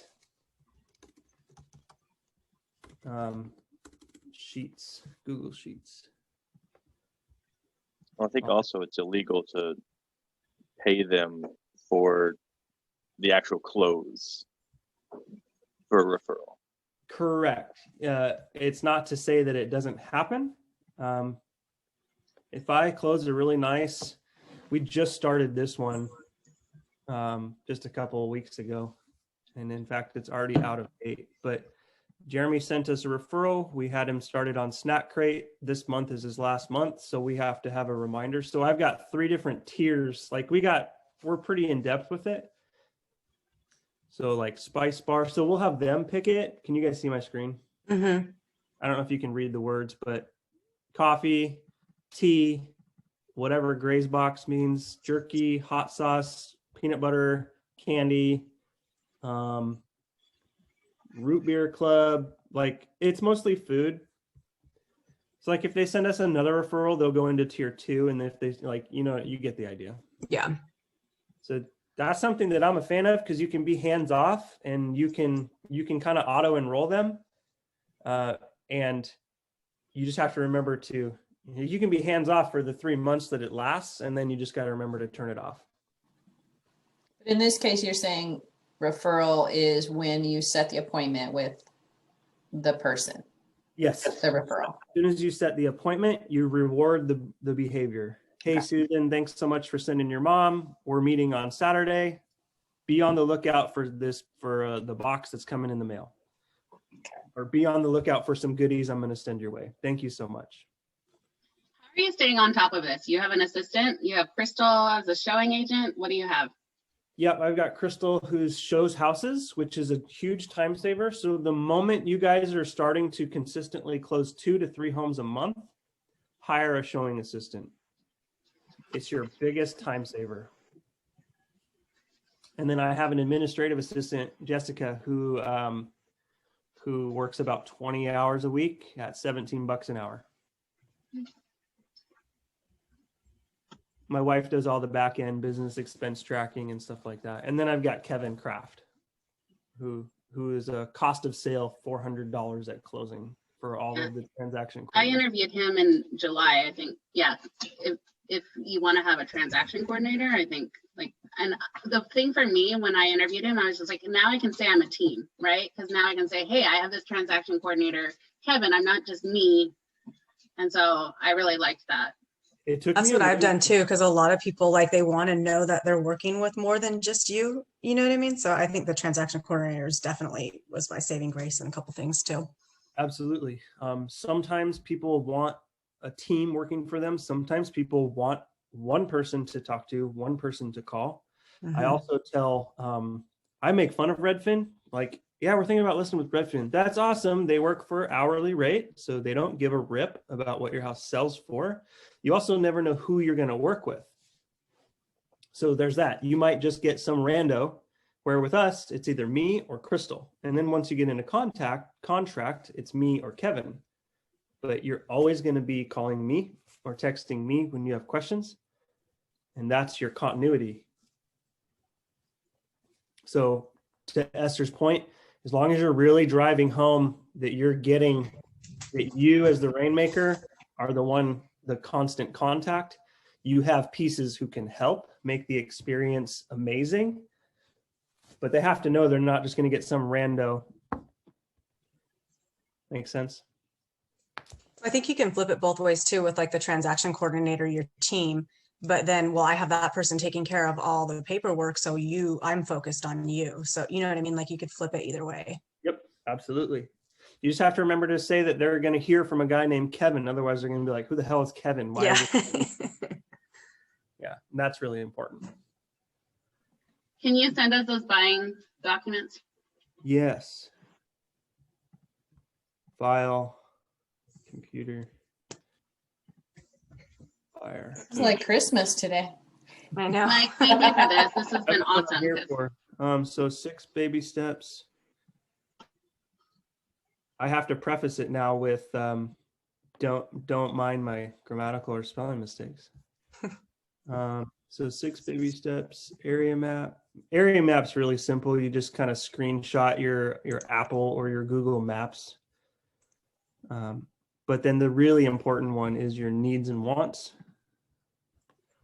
Because at a buyer consult, you don't really know what you're talking about, right? Like it's like if you're not doing a buyer consult every single week or every single day even, you kind of forget what to talk about. But if you have that needs and wants, that's the driver for the entire conversation. And all of a sudden it's been 45 minutes and you're best friends with this person and you're like, yeah, cool, I'll get your search started tonight. So that's important. How often would you say that you're talking to somebody about selling their house and buying, like within the same conversation and the same experience? It depends on your demographic. Joshua nailed it earlier. Like if your demographic is young families or people who are just starting out, then that's really important because you're going to build a really solid book of business if you're working primarily with first-time home buyers. Because once you get to year 3 or 4, given the market, then you'll have a lot of repeat business and a lot of sellers who are going to buy their second home or maybe even their third home.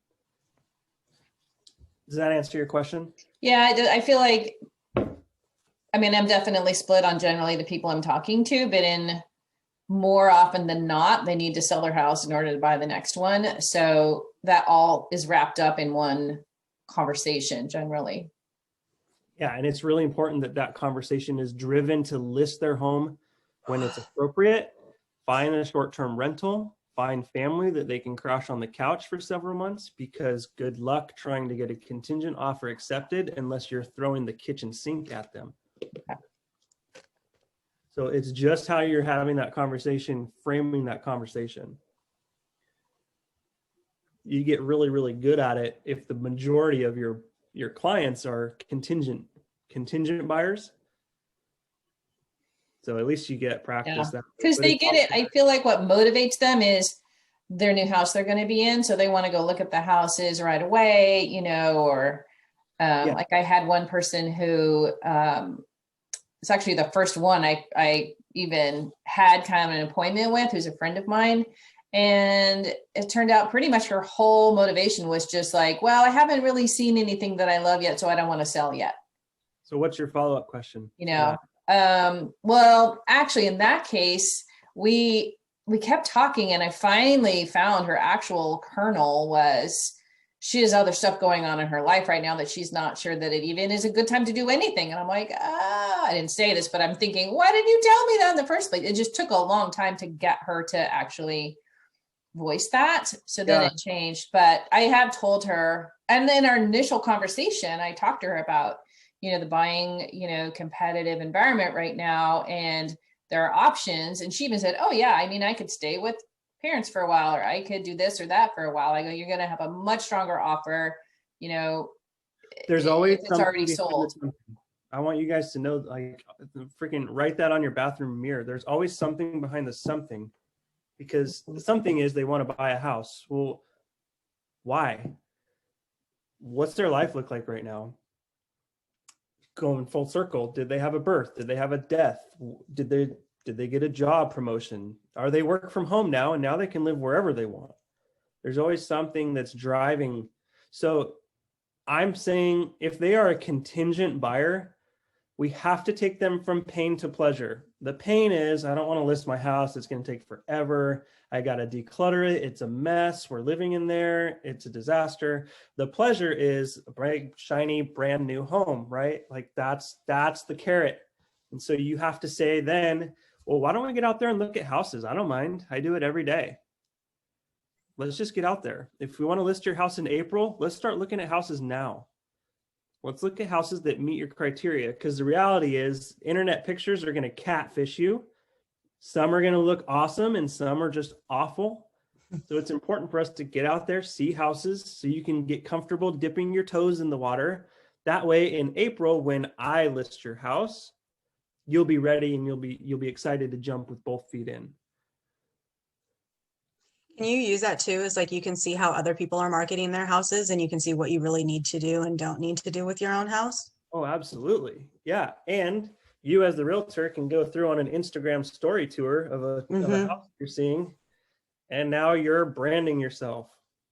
Yeah. Because people are seeing that you're busy. Yep. Because you're posting house tours on the internet. And if you're not doing a Tuesday tour every single week and throwing it on the internet, start next Like week. the double T Tuesday tour. Oh yeah. Is that what you call yours? Am I going to bite you on that? I did for the first couple years, and then I got unfortunately I just got too bogged down. Do you do them live or do you record them and then edit them? I just do Instagram stories, and then sometimes I share it to Facebook. Good golly, I can't even look at that. So then I do a 4 slides, 15 seconds each on Instagram stories. So then I do the first minute, and then I'll just do the same filter on every single one, and then I'll throw it up. Or if I think that we're going to be there a while, I'll just do like an actual vertical video and then post it to Instagram later. You have to get permission from the listing agent to do that. Maybe. Okay. I have not. I did understood both. that. I've been doing that all a lot. I did both ways. So like the one that I did last week I did it on Facebook and Instagram, but on the showing time, I put in the comments, hey, I want to do like a virtual tour or whatever. Let me know if it's not okay. Cause they don't respond to that. And then it's like, well, I told you, let me know if it's not okay. Sure. And then like a different one, I actually like legit called the agent and asked if I could do it. Yeah, I mean, if the listing agent's going to seek out little old Mike Renard on Instagram and make sure that I did or did not post a story, then they have much time on their hands, and then I'll take it down if they really seek me out. So the politically correct answer, Amanda, is yes, ask. Okay. And the old home slice answer is throw it up and see if they can. All right. Well, and it's like too, when I say it, like I was showing this house today, it's not my listing. Let me know if you want to go see it is kind of usually what I say. So it's not like I'm trying to pretend it's my listing. Like I'm not trying to take the credit from the agent. Yep. And if you know the agent, like you have some rapport, I think Kyle, maybe a month or so ago, was like, hey, do you care if I do that? I'll even tag you in it. And I was like, cool. Yeah. So if you flip it to kind of give them props, they're a little bit more eager to let you do that. Cool, guys. Yeah, I've actually been doing that, but not generally with contact with the agent. It's either houses I'm previewing or some I'm actually showing for people. And I'm not going to do, I haven't done like a whole tour of the house, like, hey, this house is available for this much money at this place. It's more just like, my motivation behind it was like showing that I am busy, that I'm out there, there's interesting things out there on the market. So it's more of a general marketing, not like marketing that particular house. I did a virtual tour for a house, and across the street was a fire station, and I got so much engagement because I posted, would you live across from a fire station? And all these people are like, oh, I did that, or I would, and my insurance was cheaper. And it's just like, hey, did you know that? Like, I got engagement because I posted that. Or I'll post, like, I did another one where I posted the really cool fireplace. I was like, look at this fireplace at the house I just toured. Yep.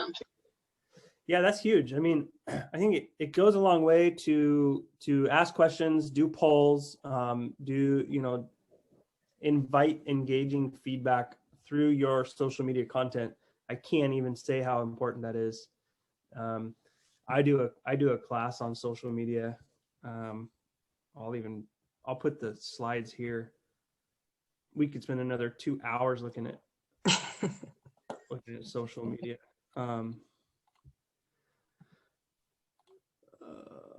Marketing. 8 tips to social media domination. There you go. Did they put up that social media thing that you did a month or so ago? I just shared it's taken a few moments, but I just shared the slideshow with you guys. And so that's essentially it. It's sideways, sorry about that. But it's just tips. I mean,